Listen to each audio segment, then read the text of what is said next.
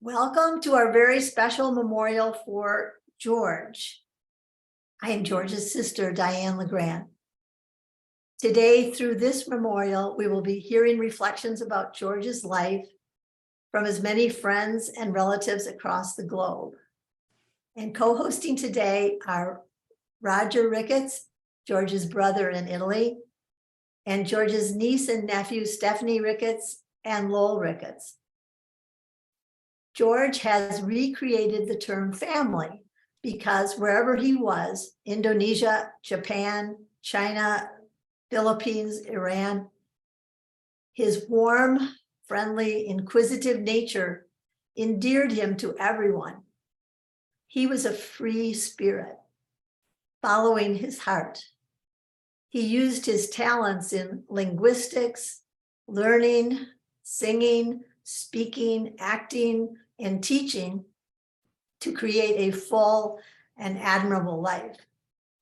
His light is reflected in everyone who had the good luck to work with him or be taught by him or simply be his friend. And I welcome this new world family that he has given us. Although he lived most of his years abroad, he was a special joy to our mom in Chicago. She opened her house to his friends from the Philippines, Japan, and other places, and she proudly shared his stories with the community. I felt his love for me and my family always. And as Millie, our granddaughter in California, said, when she was 6 years old and just met George, he is a very kind man. We grieve his sudden departure, but we are so grateful that he was with us this past year in the USA. One remarkable quality of George is how deep his compassion was for the people all over the world who were suffering, like from the Ukrainian war or natural disasters or to poverty wherever he saw it. But despite those deep concerns, he was always positive and always loving. He was a giver. This is his legacy to me: unselfish compassion in the world. He had compassion for all those who were suffering. We have found two charities that we think reflect his passion in the world. You may want to make a contribution in George's honor. One is called Heart to Heart, and the other is the Jane Goodall Institute. These websites will be in the chat room that was created by Stephanie. Today, you will hear from the people who share what George meant to them. After they are finished, we will have a meeting room where others can have a chance to share something as well. Now, I would like to read a poem that touched me. Close your eyes, if you will, and think that George is saying this to you. When I am gone, release me. Let me go. I have so many things to see and do. You mustn't tie yourself to me with tears. Be happy that we had so many years. So grieve a little while for me if you must. And then let your grief be comforted by trust. It's only for a while that we must part. So bless the memories within your heart. And then when you must come this way alone, I'll greet you with a smile and welcome home. Now, I would like to introduce my little brother, Roger Ricketts, calling from Italy. And he has produced a beautiful video montage of George's life and friends to show to you. Thanks. Thank you, Diane. And hello to all of you who have come together today. from many places in the world to commemorate the incredible life and person that was my dear older brother, George. He was a person that I loved dearly. Words are not adequate to express my appreciation and deep love for the intelligent, fun, caring, friendly, and super person that George was. We grew up in the same house in Park Ridge, Illinois, in the boys' room. And I have many fond memories of those years in Park Ridge and later with my great older brother, George. One of the great memories is after he and his friends were playing cards in the basement in the winter after a snowstorm, my little group of friends, we would go out because George had the old Volkswagen Beetle, and we buried his car in snow. And after they came out, oh, what did you do? You know, and so we were all laughing, throwing snowballs at he and his friends. So that was the kind of life we had together, and it was always fun, respectful, and just loved to have George around. And I was so happy that he was my older brother all throughout my life. However, we grieve George's sudden and unexpected death, and he will be deeply missed. Yet we also celebrate his exceptional life that he created for himself and shared with others. The video that you will see next is a brief visual reminiscence of his life. Again, thank you so much for joining our family in our mourning of George's passing away, yet also the celebration of his amazing life that we thankfully shared with him. So again, best wishes to all, and I hope you enjoy this little video.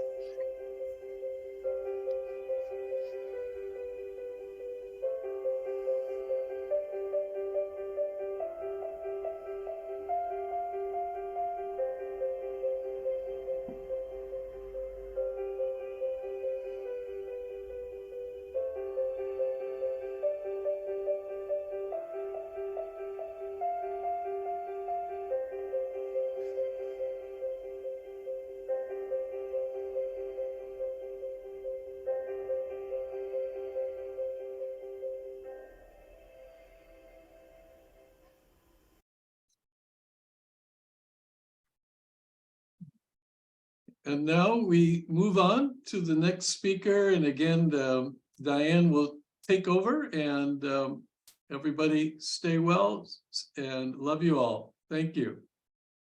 Thank you, Roger. That was so beautiful, and it gave us a good sense of his whole life, and you did a great job. Thanks, Raj. Now we have his son Lowell Ricketts speaking, and I just wanted to thank Lowell for being part of this program today. He's working very hard as a techie expert, and he also is the one that created the We Remember Memorial page on the internet, and that we thank him for also. Okay, Lowell. Thank you, Aunt Diane. And hello, everyone. Good morning, good afternoon, and good evening, wherever you are in the world. We're happy to have you here today.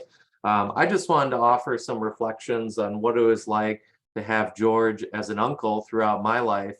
You know, being a young kid, it was always something very exciting to have Uncle George living abroad, right? And I remember, I think, most his time in Japan and how exciting that was. I was into video games and Pokemon, and so it was always exciting to have someone at kind of the cutting edge of all the trends. And even though he lived abroad, he still made many visits to the United States so that I could spend time with him and hear about his travels. He was always a special person to see at the holidays. But as I grew older, our relationship kind of evolved. I became kind of a young man. I understood more of what Uncle George, some of the traits that I kind of associate with him. He was such a scholar. He was always interested in my schoolwork and my studies. I work at the Federal Reserve Bank. He would always send me stories and ask my opinion. So he was such an intellectual in many ways that I learned to appreciate that later in life. But also his compassion. It was really boundless. In conversations more recently that I would have with him, he was so troubled by some of the challenges in the world, whether it be suffering in Ukraine or some of the challenges that he saw here in the US.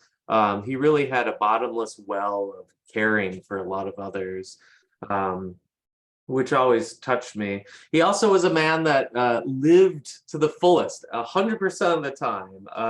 I remember he visited me once in St. Louis, and he was comfortable just crashing on my couch. And I remember waking up and one morning and wondering, where's Uncle George? Where did he go? And he was actually just wandering the city, chatting with people in the streets. And he always had such an adventuresome spirit that I think is a model for all of us, right? He lived to the fullest every minute of every day, and that was clear to me.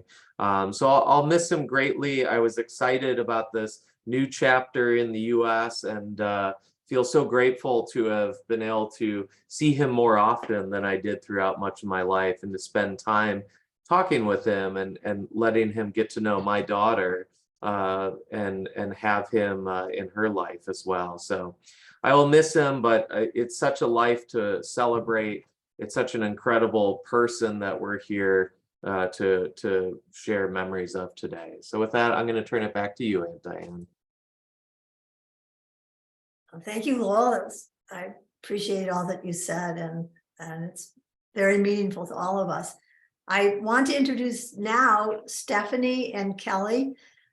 Stephanie and Kelly both were incredible the weekend of George's death. They are up in Madison, Wisconsin, and they were alerted first. They were on the job, on the spot, doing things, and they never stopped the whole weekend. They were quite amazing, and I thank them from the bottom of my heart for making something that was so tragic and so difficult manageable, and even in some ways, I appreciate the fact that we all got to know each other better that weekend too. Please, Stephanie, go ahead, and Kelly. Yeah. So hi, as Aunt Diane said, my name is Stephanie. I am George's niece. And I had the huge benefit of George deciding to spend some time living in Madison, Wisconsin. He lived about a mile away from us, 2 blocks away from my work downtown. And it was such a wonderful surprise. Like Lowell, I have so many memories of George from childhood where he would blow in like a weather system and just bring all this energy and all these ideas and all this, cool information. I also was just dazzled by his stories of living in Japan and then in China and Indonesia and the Philippines. And just, he really helped me appreciate from a young age how big the world is and how much there is to see and how much there is to experience with other people. And George would also then, as I was an adult, frequently visit Madison. He had 2 really good friends here, including Jack Walker, who's on the call today. And he would once again just blow into town. I would never know. I'd just get a call like, Stevie, I'm in Madison. And then he would show up sometimes in my backyard, sometimes at my front door. And he always said, oh, someday I'll retire to Madison. And when he moved here, it just was such a treat to be able to text George and be like, do you want to get coffee this afternoon? And he would be like, sure. And then we'd meet for coffee like that. I think I got to see him more over the past 6 months than I probably did cumulatively my whole life in person beforehand. And I'm so grateful to have that time, even though I'm also very sad that we don't have more time, because I was really looking forward to more time, more of this like ease in seeing him. And one thing, as we were kind of going through George's affairs, we found all these amazing notebooks full of notes and full of thoughts and full of ideas and full of lists. And there was one list in particular that I wanted to share with you all, because it seems like George is almost like instructions for life.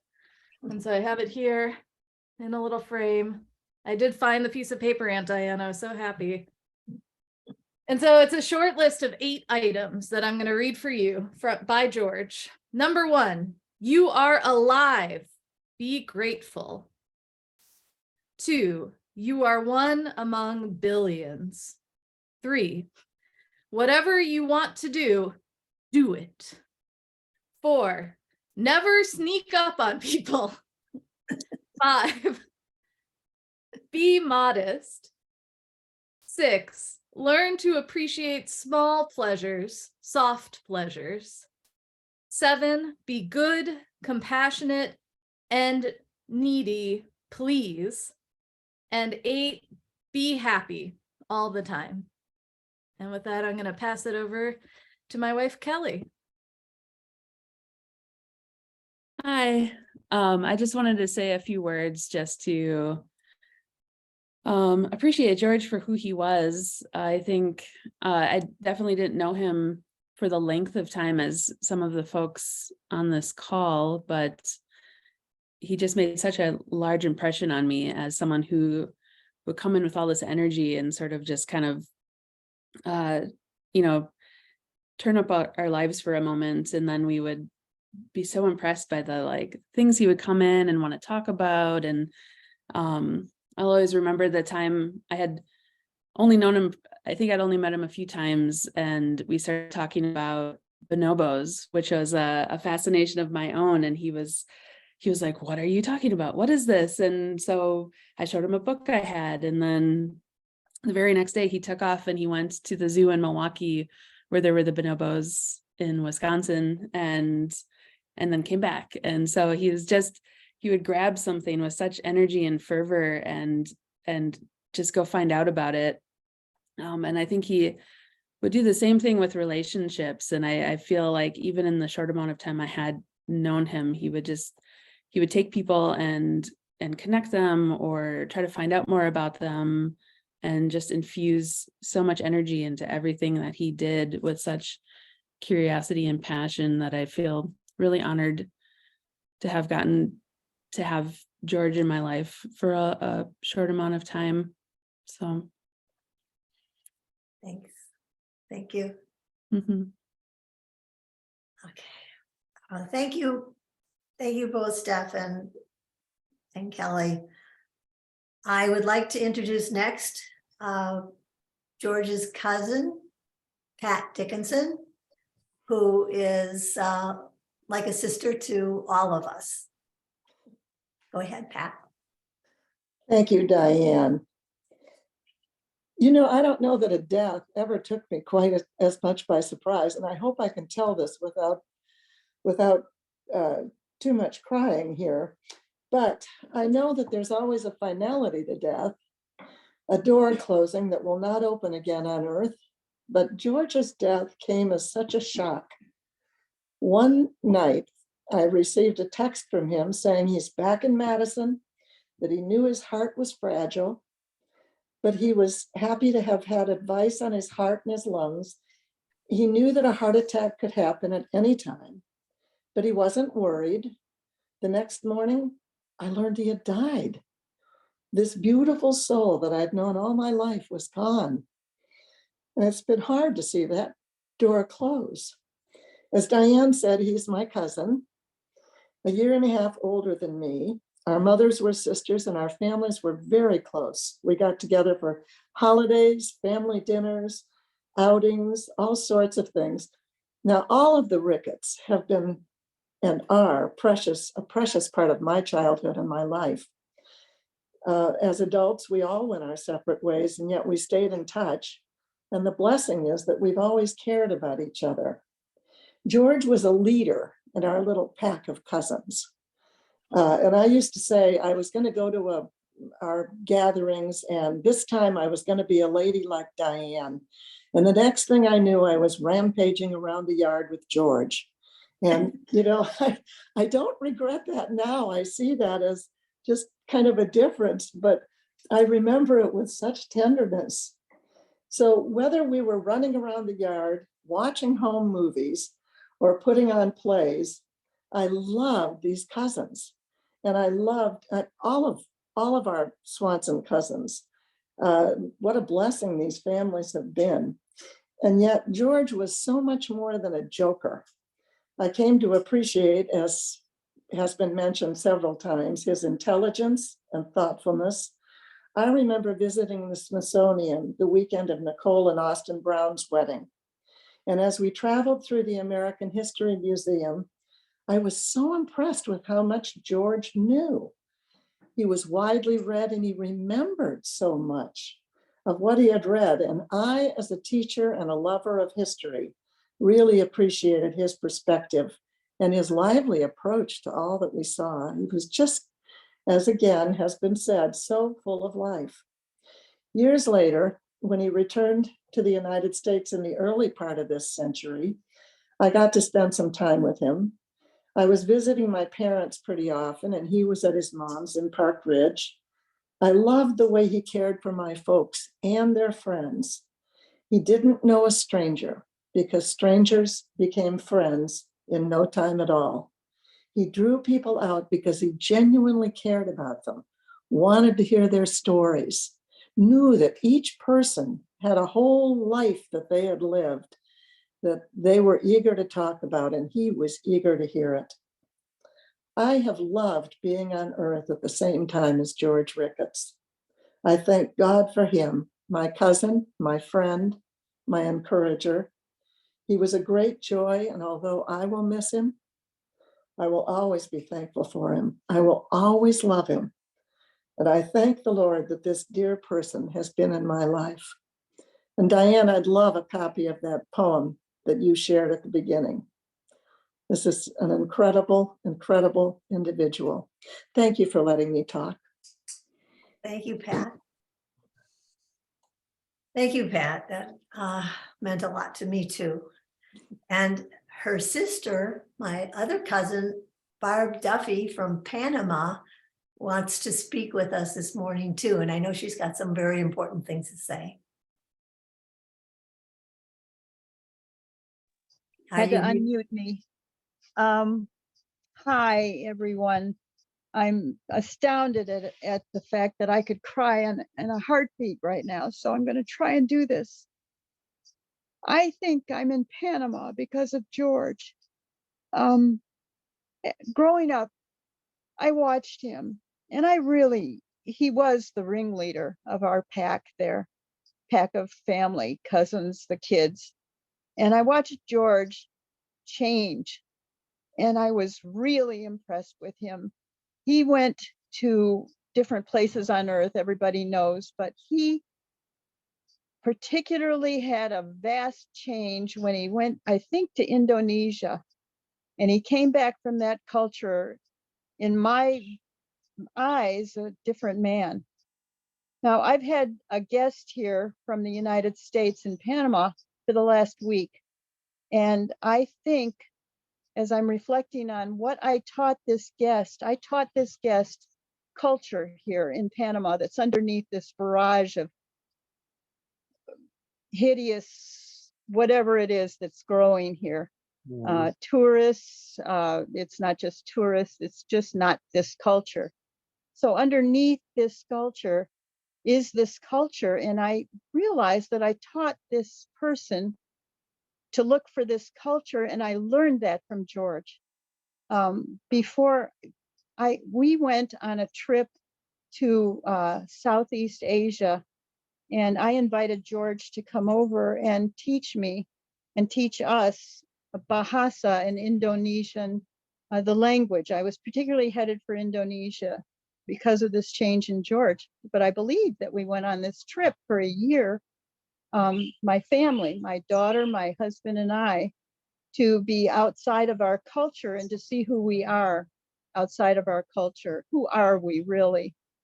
And George taught us, he came over every day for many, many weeks before we left.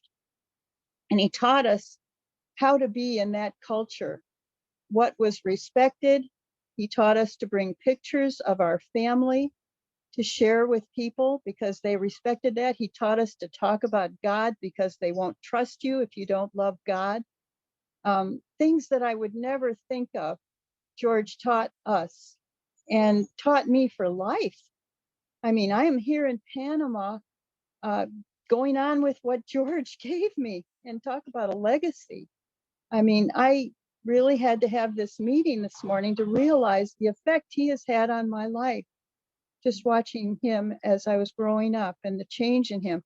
I respected the change in him. He became this very soft, kind, and he probably was kind before that, but it was astoundingly kind, and a change in his personality where he was, it just was remarkable to me, obviously, because he affected me that greatly.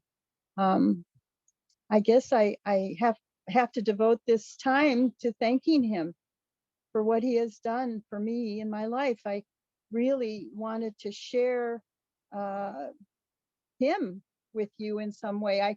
When he came back, I'm very grateful that I went out of my way to speak with him a number of times, just personally, Tom and I. And we had wonderful conversations of what he was going through in this culture, because we could speak on the same level as far as coming into a culture and being in a culture with different people, and the things that he was going through. I mean, we could speak on that level together because I knew he was going through a vast change in the culture. I'm grateful for that. And I really did expect that he would be here one day. I'm disappointed that he won't now, but I'm very grateful, Diane, that you asked me. I feel honored that you asked me to speak today. Thank you so much. And I love all of you out there for being here at this memorial. It just is such a reflection of who he is. Thank you, Barb. Thank you so much, Barb. That was very touching, very sweet. And I want to introduce now my cousin Kathy from the Ricketts family and her husband Ken Greenwald, and they're going to reflect on George also. It's muted. Unmute. No, no, no, no, no. Unmute. Ken and Kathy, you're still muted. Okay, now we should be okay. Perfect, thank you. Can you hear us? Yes. Okay. We would like to share with you an edited version of Margaret Mead's poem, Remember Me. I cannot speak, but I can listen. I cannot be seen, but I can be heard. So as you stand upon a shore gazing at a beautiful sea, as you look upon a flower and admire its simplicity, just remember me. Remember me in your heart, your thought, and your memories of the times we loved, the times we cried, the times we fought, the times we laughed. Just remember me. George was my cousin. We were in the same grade in high school together. He had a way about him that attracted everyone. He was an actor with innate skills. He had lots of friends and inspired us all. He's not someone you can forget. He was outgoing, friendly, funny, and totally unique. As I would recall, he was in most of the school plays. He was a convincing actor, no matter what character he portrayed. After he finished school, he started traveling all over the world. Obviously, we didn't spend lots of time with each other then, but now I wish we had. Thank you. Well, thank you, Kathy and Ken. That was beautiful. I would like to introduce now Jack Walker. Jack was his high school friend and mine. He's been a lifelong friend and is from Madison, Wisconsin, and saw George a lot this last year. Thanks, Jack. We've heard what a leader George was in his family. He was also a leader among his friends. Maine High, 1955 to 59. He was George Ricketts from Home Avenue. If you were going to go out and see what was going on in the world, you probably went first to see what George was doing. Just genuine leader. Everybody admired him. Everybody admired his whole family, especially his mother, Esther. And from my perspective, from Des Plaines, a different town, we even felt we were some little part of the Ricketts restaurant tradition, and not only the one in Chicago, but the others. And a little bit of a part, I know a Ricketts when you went to Wrigley Field and saw the Cubs and saw the Ricketts restaurant sign. It was fun to feel a part of that. I don't recall George ever saying that he planned to be a world traveler and teacher. I guess we didn't talk about those things. But he did, he left, and it was my loss. Stayed in touch a little bit. For example, got a Christmas card from him in Iran, and then was somewhat frightened to hear about his exit from that place. But after that, for probably 3 decades, I had no contact at all. We connected again thanks to Dave Nelson, who I hope you'll hear from shortly. Dave, a friend of longer standing than I. And when we reconnected, it was as if we had never parted. I'm sure you've all felt that way. Same places, we went to the Romano's restaurant. We went to his house and saw his mother, Esther, visited her at various places. It was wonderful.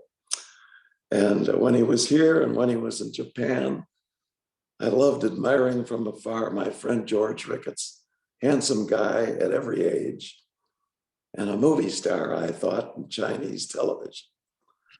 Enjoyed seeing him in the character of an American scientist.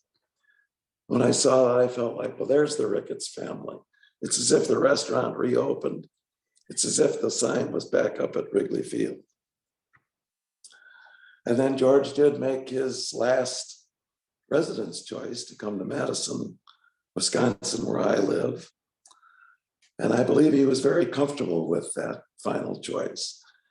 I think he liked the idea of a college town. He liked the closeness of the Capitol Square and the museums and so on. And my wife, Mary, and I, who Mary knew him in high school as well, we enjoyed going out to restaurants, usually Oriental restaurants. It wasn't Romano's, but it was a lot of fun. And I do feel very privileged to have probably been the person most with George in the last few months of his life. I feel especially privileged that George felt comfortable enough with me that he told me that he was very satisfied with his life. He described it as a life of volunteerism. And certainly that's what he was. And I can assure you that he hadn't changed a bit when he got to Madison. He would engage everybody, especially the Indonesian waiters and waitresses at various restaurants in Madison. He would always attempt to speak to them in Indonesian, and they would always attempt to speak to him in English. And it was a joy to watch that interchange in several places. And in particular, there was one last that I can't get over. The teacher and interested in world politics to the very end. We were meeting some friends of mine, and we had agreed to meet at a McDonald's in Lake Mills, Wisconsin. And we got there, and George decides that the person who sold us our coffee was from the Philippines, and he started speaking to her, I guess, in Tagalog. And as usual, she just started speaking to him in English. And they, within 5 minutes, the 5 minutes we had, he had her political views. Both George and this young woman were very concerned to see the Marcos family back in the Philippines. And George very enthusiastic about it, but of course, as always, predicting a positive outcome. With all of you, I wish George had a little more time. I was very grateful to have known him. But there's a question that I think should always be asked of a teacher, and that is, do his students remember what he taught them? Well, in my case, he decided that I needed to be taught that you shouldn't drink cold water. He told me that repeatedly whenever we went out. He would always get either hot tea or just plain warm water. He told me that repeatedly. And now I'm sitting here on this video looking at my bottle of water, and I've been afraid to drink it because it came out of the refrigerator. And I assure you, I have in fact started to drink warm water, and it's all because of George. Thanks for letting me add my 2 cents. Oh, that's really great. Thank you, Jack. And another former classmate is Rick Rink. He's here today, and I'm so glad that he can be. And he was also in George's group and has been a lifelong friend. Thank you, Diane. And Jack, it was wonderful to hear your comments. But George and I were in the same homeroom at Maine Township High School. It was Mr. Barrett's homeroom. And as Jack indicated, George had a large circle of friends. He was very popular. At that time, he and I just had a casual friendship. And after graduation, we pretty much lost touch, actually for several decades. And it wasn't until one of the class reunions, it may have been the 25th or the 30th reunion, that we reconnected. And we ended up having breakfast at the Pickwick restaurant in Uptown Park Ridge. There were some other classmates joining us. And it's there we learned about George's extensive experience, for example, within the Peace Corps and teaching English in the Philippines, and then in Indonesia, experiences in Iran. It was thrilling to know how much George was getting around the world, and with such enthusiasm. After that meeting, we would get together sporadically, most times in Park Ridge. And those meetings would typically include having lunch with your mom, Diane and Roger, or meeting a new friend, Tom Leo, at the summit uptown in Park Ridge. Tom Leo was a veteran of World War II. George had made his acquaintance recently. Or he would make a trip into the north side of Chicago to see our classmate, Dick Mohill. Dick had been losing his sight over many years. He met challenges as best he could, and George made a rule to see Dick whenever he was in town. Then there were a couple of occasions when George came to Louisville, Kentucky, where I live with my wife, Janet. In 2013, he came and he brought a unique gift, and I have that gift right here. This is an artificial squirrel, and it's made from a brush. And it has a unique kind of reference to Maine Township High School, the year 1959. I was a student in an art class, and one of the assignments one day was to sketch or draw an object that could be obtained within the art room. And I chose a stuffed squirrel. And I made an ink drawing of it. And the ink drawing ended up being in an exhibit that was in Park Ridge, and later, as part of a larger exhibit, went to New York City, and it earned a medal. And I have that drawing here. It's now 63 years old, looking its age. George and our dear friend, Dave Nelson, took special note of the success of the squirrel drawing, and they thought it had a future in the art world. And they would ask about it periodically. Rick, where's the squirrel now? And I would say, well, George, next time you're at the Art Institute, take a look there. I think it's on display. We would laugh about that. It was just an on-running joke. That was evidence of the way George he absolutely nurtured his friendships. Our last visit was in Madison in October. I was at a reunion at Beloit College, just 50 miles away, and we arranged to have lunch. George and I met at the Market Square in front of the Capitol, and he took me to a Thai restaurant where he was warmly welcomed. And we sat and talked, and it was apparent that George was very excited about the opportunities that were available in this vibrant university town. He was ready for a new phase in his life. I say George was ready for the next adventure. And as Diane noted, many of us were lucky to have been in George's circle of friends, to have known the kind of person he was. He exemplified the most wonderful qualities of human expression, and I shall ever cherish the memories. Thank you. Thank you, Rick. That was really good. It's good to hear all those things. And that's probably why he was chasing squirrels all over Madison. I don't know if Dave Nelson is here. Steph, has he appeared? Ah, Dave, good to see you. And Emily, this is his daughter, Emily. I'm so happy that you're here. Go ahead. This is George's friend also, and mine. Well, this is such an honor to be here, remembering a very good friend. I was adding up the years, and I think George and I ran into each other in first grade. Oh my gosh. Which it's about 76 years. Scary. But we're here, and we're kicking, and we're remembering a wonderful life. The thing about George is that he was probably the kindest person I've ever known. I remember in sitting around, somebody would have something disparaging to say about somebody in our group. George would always turn around and turn it into something positive. George was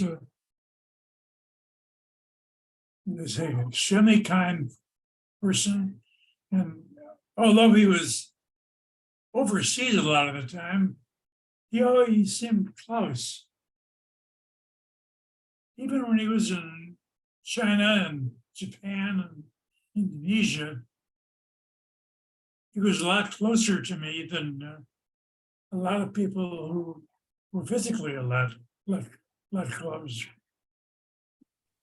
George was an excellent friend, and the thing I remember about him most is his kindness. Thank you for letting my dad talk. We'll cherish the memories of George, the voicemails that we have on my dad's phone to hear his voice. He kept up and took care of not just the people he loved, but it sounds like pretty much everyone he ran into. So we're really grateful to have been in that circle. And while we're sad we don't have more time with him, we certainly cherish the time we did have. So thanks so much. Oh, that was a great pleasure having you here. I was hoping that you would come, and I'm so glad to see you this morning. Thanks for coming. My next speaker is Kathy Wang, is her American name. Is this you, Kathy? Is this Kathy?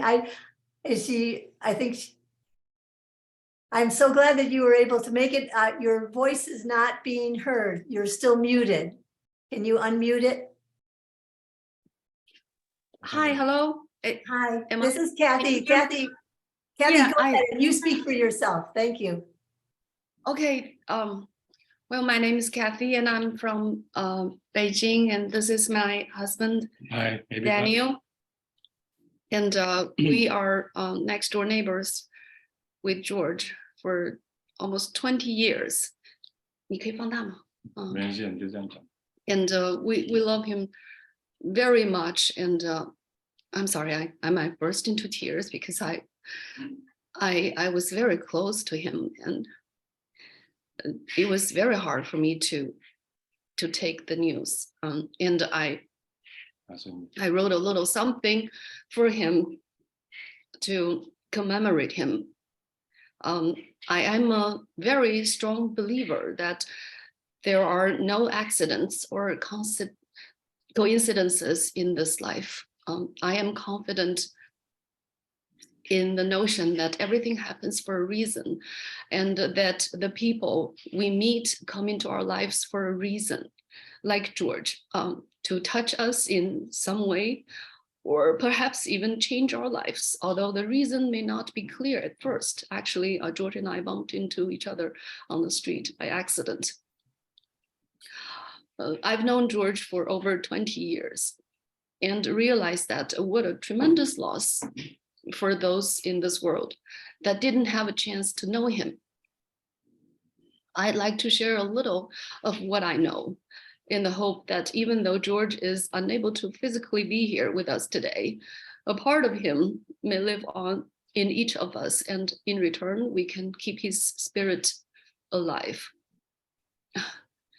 George was, in my opinion, the most well-rounded and appeared to emulate the ideal example of the yin-yang concept from old Chinese ancient times. He was a young diplomat who didn't allow his vast education and chosen profession to turn him into a greedy and corrupt individual. In fact, he was just the opposite. I remember he told me before, when he was in Indonesia, he would just leave cash casually around for his maid to take, because he felt sorry for his maid who didn't really make enough money to survive. He was humble and sincere, gentle and thoughtful, down to earth and compassionate. He enjoyed and experienced life in its true meaning, living each day as if it were his last, and realizing the importance of what it means to be truly alive. He was always eager to learn new things, to put them into practice with good intentions and a pure heart, a quality not typically seen in adults, especially in China. When he learned something new, you could see the twinkle in his eyes, which is what I see every day, almost, because we could see each other almost every day. He was a child at heart who wasn't impressed with selfish material things the world easily distracts us with. Instead, he set his sights on gifts that cannot be seen, nor can they be taken away: knowledge and wisdom, kindness and understanding, patience and love. Those are the things that will remain forever. George had a special interest and was very talented in music and sports, reading and language, travel and nature. George's demeanor was always so cheerful. He always had pleasant things to say and share, and his sense of humor was priceless. A very wise man once said, "The mouth speaks what the heart is full of." No matter what kind of a day I was having, George could always lift my spirits and make me laugh. His happiness was contagious and his laughter was so infectious. He could make a 13-hour flight feel as if it were 30 minutes. Time does fly when you're having fun with George. In today's world, it's difficult to find people to look at you, rather. They usually look through you because the majority of the people in China are so busy trying to get where they are going. But George was able to understand the importance of being a kid at heart, yet with the grace of an adult, which is so rare in China. George was also brave, adventurous, and independent. He left his parents as a boy, very young boy, to go to college, and he grew. And as he grew into manhood, he ventured into unknown land to follow his dreams without fear or hesitation and make a life for himself with sheer determination and an admirable, unconquerable will. So I say to myself, do not be sad that George is no longer with me, but rejoice and appreciate each moment I spent with him. Learn as much as I can from the example he left me. As I am only here in this world for a very short time, let me use it wisely, like George. Only imitate what is good, only hate what is wrong. Keep George in my hearts and look forward to the day that I meet him again. I believe I will meet him again. Thank you very much. Thank you. Thank you so much, Kathy. And I'm so happy that you could be here this morning. I understand you had many things on your agenda or things going on in your life, and I'm so glad to see you. Thank you for being here. Thank you for inviting me. Thank you. I'd like to introduce now, and I don't know Anis Gonaz. I'm going to let him tell his own story, but I'm so glad that he can be with us again, or with us also this morning. Is Anis there? Ah, Anis, she's, I'm sorry. This is Anis Gonaz? Oh, good. So glad to have you. I think you are muted. I don't hear you. Hello, hello. Can you hear me? Yes. Can you hear good me? to see you. Yeah, thank you. Okay. Good morning and good evening. I was Pak George student in Jogja City. in Indonesia. Yeah, I'm from Indonesia.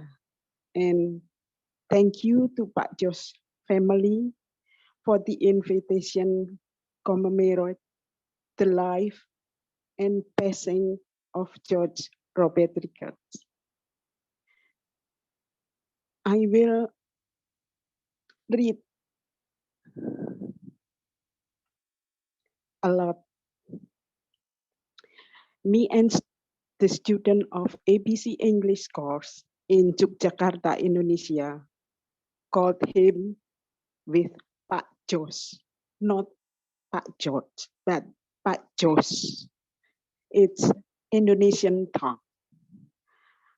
And I would like to say,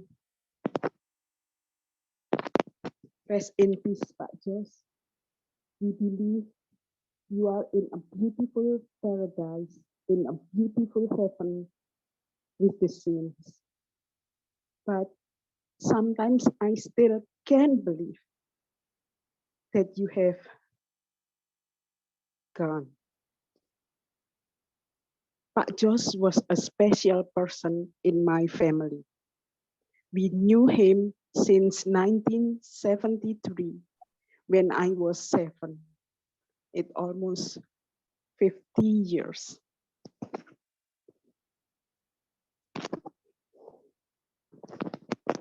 The most beautiful memories with Pak Jos.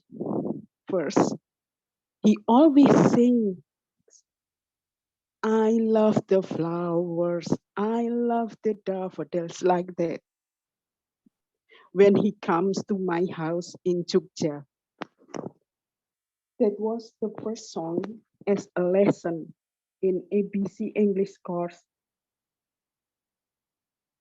ABC was the first English course for children in Jogja in 1973. He gave me a book story with hardcover in 1973. The title is Rapunzel. I still keep it in my little library in Jogja. It means a lot to me because it gave me an inspiration to write drama trilogy because I combine with Indonesian folk tales and played by my kindergarten students. When I told that to Pak Jos about this, he was very, very appreciative. With Pak Jos, my brother and I often getting opportunities to appear on local TV in 1974, 75, 76, and 77. Thank you, Pak Jos. Thank you so much. When touched me was when Pak Jos willingly and sincerely took a cut from his teaching salaries for me because my parents could no longer afford me to course fee in the second year and beyond in 1977. And every time he came to Jogja, he always visited me with various activities. What is never forgotten was discussing about social, economic, politics, or our job. Pak Jos really inspired us, supported us. He was not only our teacher, but a part of our family. And now I'm wearing his shirt. It is from Pak Jos. And here's one of the photos with Pak Jos. I also, this one. This one is Pak Jos, me, my younger brothers, and now me from Japan. I wear sweater from Pak George. This is from Pak George. I still keep it. There are a lot of t-shirts. When he came to Jogja, he always bring me t-shirt. Since the COVID-19 pandemic, I have been living in Semarang. So Semarang is 3 hours from Jogja by bus. And in the middle of 2022, Pak George said he would visit to Jogja. He asked me to back to Jogja and we'll have a meeting. He said, I have to go to Jogja. And then we made a deal. On the second week of January 2023, we will meet in Jogja. But God loves him very, very much. Rest in peace, Pak Jos. We love you. We miss you. You are everything in my family. He is not just a teacher, but he is a part of my family. Thank you. Thank you. Thank you so much. I'm so glad to get to know you today, and I hope that this relationship can continue. You are a part of our family also. Thank you. I'm sorry, my English is not good, and Pak George scores me with 5 in English because because my English was yesterday I go. That's it. You talk beautifully. Thank you so much. Thank you for being here. I have another pleasure of introducing you all to Annie. Or this is, you are, who am I speaking to right now? This is Ree? This is Ree. Yeah. Ree, okay. Because we have Annie will be speaking to us also, Stephanie, because Annie is right up there. But Ree is going to talk first. And we're so happy that you can be here, Ree. And you go ahead and tell them your story. Thank you. Thank you, Diane. But Annie, if you want, please go ahead because I'm so nervous to speak in English now. So. No, Ree, you're in front of us right now, and we are loving Okay. to see you, and we're loving to have you talk. So go ahead, and then Annie can follow. Okay. Okay. Thank you. Hi, everyone. It's a great pleasure to see you all.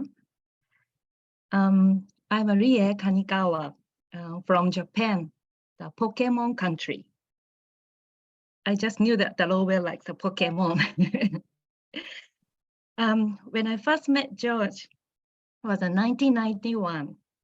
I was 19 years old and he's 50 years old. He's same age as my dad. I still remember where we first greeted each other. It was under the Christmas tree on our campus. It seems like yesterday. At the freshman camp, he sang a song, What a Wonderful World, of the Louis Armstrong. Is it correct to pronounce Louis Armstrong? Yes. I still remember how impressed I was his elegant, low voice. It was so sexy voice. It still rings in my ears after so many years. Since then, for past 31 years, we had been very good friends. In 1997, I visited him in Park Ridge. He picked me up at the O'Hare International Airport. Is it correct to pronounce O'Hare? And show me around the Chicago by his driving. I remember his drive very fast. And Rie, look at this. Wow, geez, fantastic. Gee is his favorite way to talking, isn't it? And come on, Rie, you see it? This and that, this and that.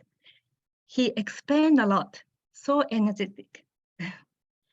I stayed at his house and I didn't see the boys' room. But I stayed at his house and we enjoy playing the card game with his mother while listening to the Frank Sinatra in the basement at every night.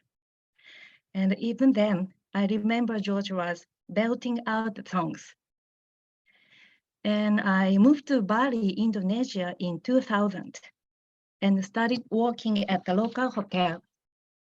One day, my coworker called me and say, "Hi, Rie, there is a white man in the hotel front. And now he keep asking about you. He says he want to meet you, but I think he looks a bit weird, man. Are you okay?" Do you know him?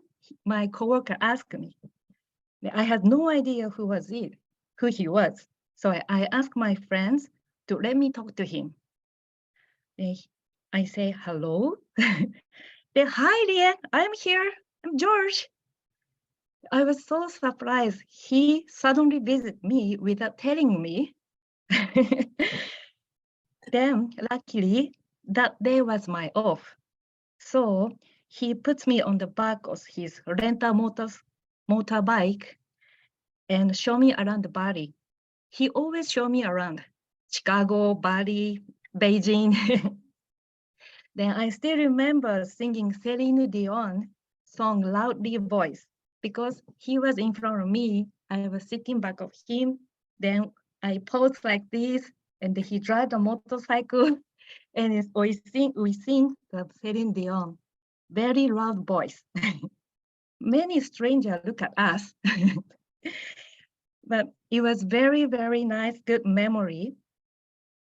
When I close my eyes, I can picture the scene still now. Then I visit in Beijing in 2011.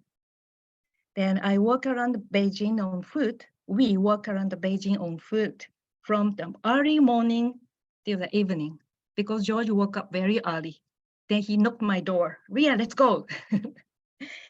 And Uh-oh. You're muted. oh, sorry, accidentally pressed. Okay. Okay, we visit the ancient imperial palace and the World Heritage Great Wall of China, so on. I remember he telling me about the Chinese long, long history until the morning till the night. He's very wisdom man. Then we are definitely together when he came to Japan. We enjoy having dinner together. He attended my wedding. Then he visit the university where I work right now and sometimes enjoy the day trip together. He's shown me how wonderful life is and how valuable education is, how important it is to bond with each other. Then how age doesn't matter when it's come to trying new things. "Ria, we are both Scorpion," he always said to me. Then he said we feel chemistry each other. Now I know why he feel chemistry because I learned today from his friends he likes the squirrel. Since I was a child, squirrels. Squirrels, yes. Because since I was a child, my friends call me, my cheek is look like a squirrel. So now I understand. He says he feel like chemistry. So we enjoy talking face to face on my last birthday, November 17 last year. I will never forget the advice he gave me. He gave me 3 sentences. "Live your life, Rie. Be happy, Rie. Stay well, Rie." I think those words describe George as well as his life itself. George taught me a lot. He always listened to me, encouraged me, and guided me. He looks happy that his former student, I, is working at the university as a career consultant. Now I am helping students find the jobs. Listen to my student and try to guide them, just as he did for me. Thank you. Yeah, his great spirits always live in me. I promise that I will never forget that he taught me, and that from now on, I continue to do my best in my life for him, also for myself. So George, I thank you, George, for everything from bottom of my heart. That's all. Thank you so much for giving me a chance to talk. Thank you. Thank you. It's so nice to have you here. And your English is wonderful. You did a good job teaching you English. Good job. And now we have, last but not least, is Annie. And Annie and you can introduce who's with you, but Annie, I'm so anxious to hear what you have to say because you were a very influential person in George's life also. Thank you. Thank you very much, Diane, for having me here. You know, I am really emotional because I was supported by George, you know, since I have been living in Japan for the last 45 years. Originally, I come from the Philippines, from the southern part of the Philippines called Davao City. And then George went to the north part of the Philippines. In fact, I haven't been there yet. George and I first met, you know, 35 years ago at an international program event here in Japan. So my second hometown is Japan. I lived here for 40 years something with, you know, David's family too, and then my Japanese husband and my 2 children. George was teaching at Gunma University, right, at the time. And at Ikue private schools, which Rie graduated. And we immediately became good friends at the time. I was still working part-time at other friends, you know, at other schools like David's Frank's English School at the time when I met George. When I started my own school, George sometimes came and helped teach my classes.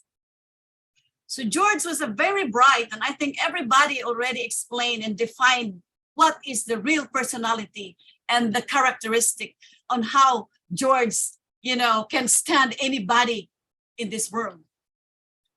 His bright and his inspiring spirit, really, I was amazed by that. His eager interest in everything cultural and his warm, friendly, and open attitude always put people to ease. He inspired everyone I introduced him to. So many of my Japanese students were very emotional when I told them that George, you know, suddenly passed away. It was so sad for us because my high school students said, "Oh no, he just wrote, you know, he just corrected my speech and then he's gone. I can't believe it." Well, anyway, by the time I had to make a trip to my hometown, Davao, in the Philippines, George enjoyed, you know, he joined my intensive homestay tour to Davao. And, you know, I have a program that says, I made my program into English study by the sea because I lived in the southern parts, which is surrounded by the sea. Philippines has 7,108 islands, but only 100, you know, islands are occupied by the people. But anyway, George loved so much the Philippines as he loves Indonesia. He loves, you know, in Iran too. He went to Iran also for so many years ago. So I don't think Majid can join today because he didn't know that, you know, I didn't tell Majid because I was a little very busy and I got sick, you know, so I couldn't tell Majid that George has a commemoration today. Anyway, George was really nice to my Japanese students and to the Filipinos we met in Davao. George told me he had gone to the northern part of the Philippines where he stayed with the Manyan tribe. This is the northern part of the Philippines. And that he spoke their language too, not only Tagalog. I myself have never been there and cannot speak Manyan. So George can speak Manyan, maybe around 80%. George's warm-hearted and intelligent teaching inspired many of my students to excel in English and to themselves become English teachers. So many of my students become an English teachers because of George too. We miss him terribly, and we will always feel blessed to have known George's loving, creative heart. You know, I cannot just thank you very much anyway, again, George, for your grand support to my school, not only in Japan, but also in the Philippines. And I really miss our Spanish songs because we love Spanish songs together. We always sing duet at our classes. You know, I took him to the university that I am teaching. I'm working with Rhea at the same time. And I always ask George to be my guest there. And we also always sang together. I play the guitar. So I play not really that flamenco, but I played Spanish music. Yeah. So I don't know if we still have time to play because George's favorite song is Bésame Mucho. Wait a minute.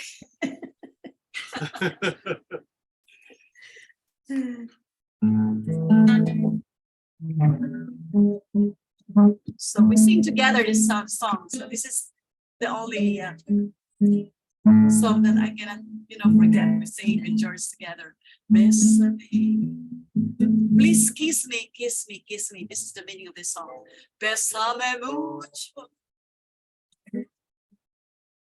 Como si fuera esta noche. This is the end of my life. Bésame. Bésame. Queden conmigo por dentro de sí. Ay, bésame. Bésame. Bésame, por favor. Bésame. Bésame, por favor.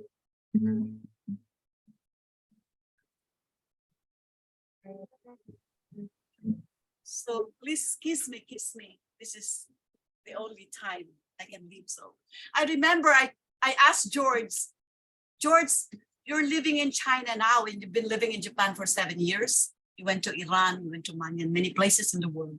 Where would you like to die? I remember I asked him the question. And you know what? He said, oh, that's a good question, Annie. Would you like to die in China or in your country? He said, probably I will go back to America. That was the last word he said. He answered with this question. So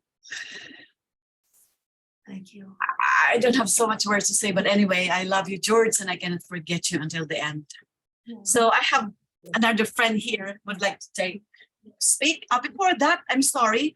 I have another condolences from George's most respected and important person, a friend of George, the former Chief Superintendent, Shigeta Kasato from Gunma Police Headquarters, and wishes to express his sincere and deep condolences to George Ricketts, his family, and to his friends. He once taught the policemen here in Japan too, in my school. So they are expressing his condolences to the family at the same time. Anyway, sorry, babe. Please say something.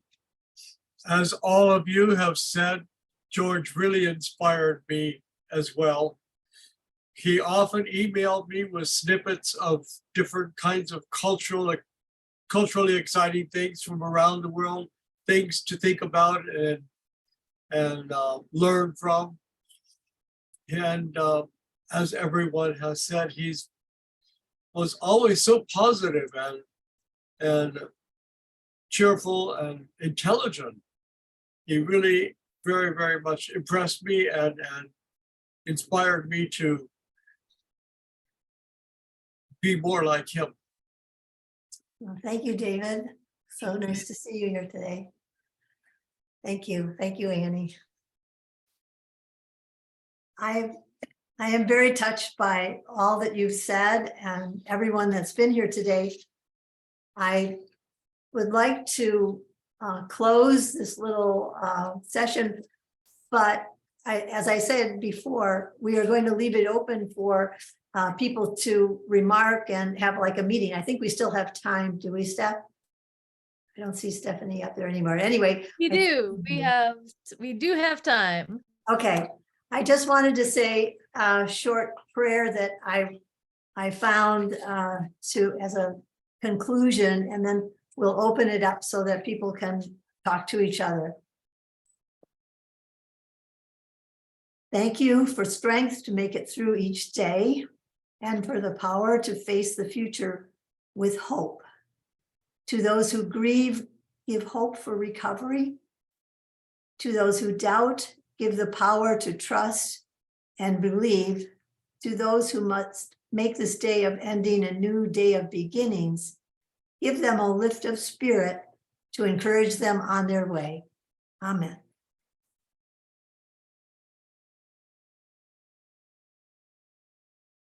Now we can open it up for everybody to talk if you want to. It's you might raise your hand or you haven't had a chance to say, and is it was there someone here that wants to say something? I'll stop talking.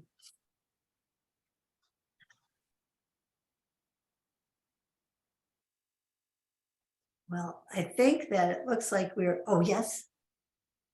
Jack, did you want to say something, or are you just pushing your button on your phone? If you do want to say something, you'll have to unmute. It was just a nervous tick, Diane. I'm sorry. Okay. But I enjoyed hearing everyone. Just a great event. Yeah, thank you. It's a pleasure to have everyone here. I'd like to acknowledge that and thank you all for coming, even if you hadn't had a chance to talk. You know that we will have, or Stephanie was going to have the in the chat room a place for you to say something if you want to add something. Also, she was going to have the memorial site so that you can go there and contribute and add something. We will be, or this was recorded. So if you know someone that has not been able to be here and you want to include them somehow, we can probably make that possible. And hi, Millie. Hi, Millie. That's okay. Roger, did you want to say something before we go? Unmute yourself. Yes. Yes, again, thank you all for joining all of us for this wonderful ceremony. And it's wonderful because of the contributions that you all have made.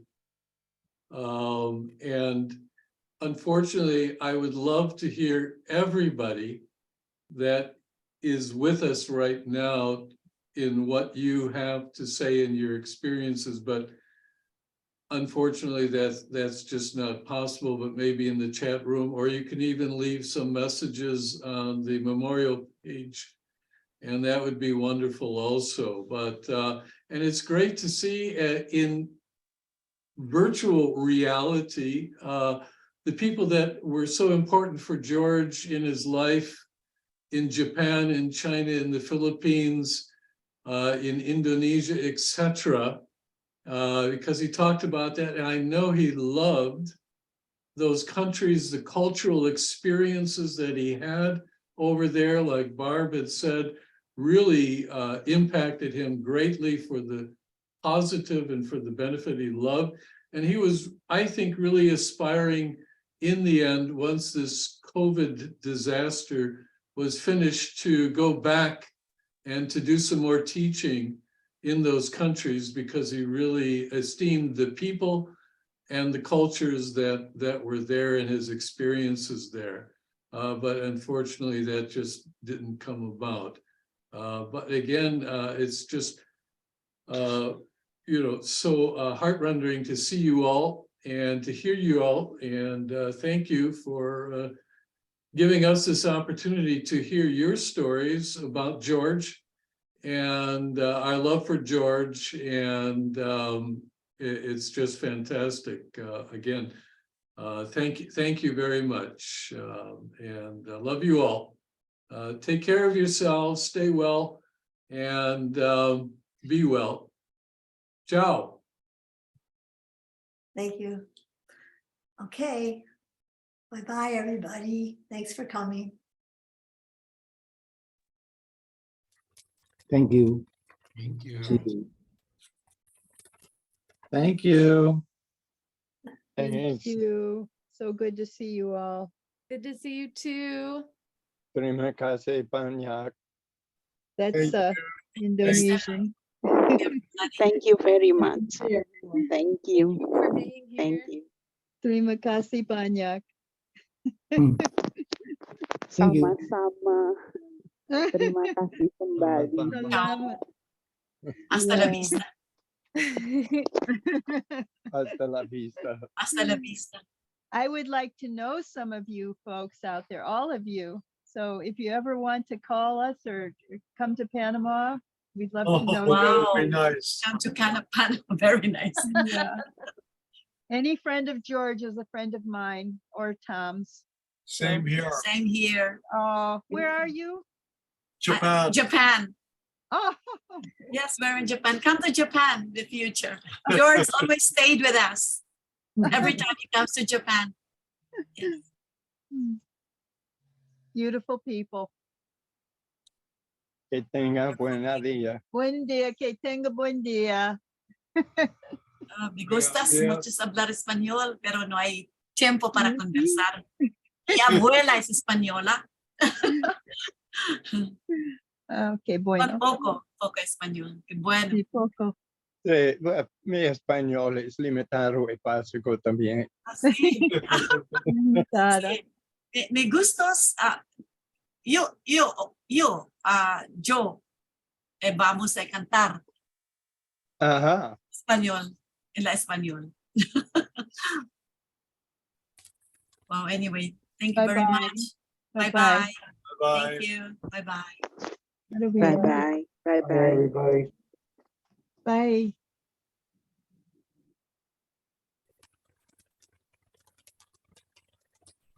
We still live next door to George's original house. Bye-bye. Hi, Kathy. Gonna stop the recording now. Okay, thank you, Steph. Thanks for all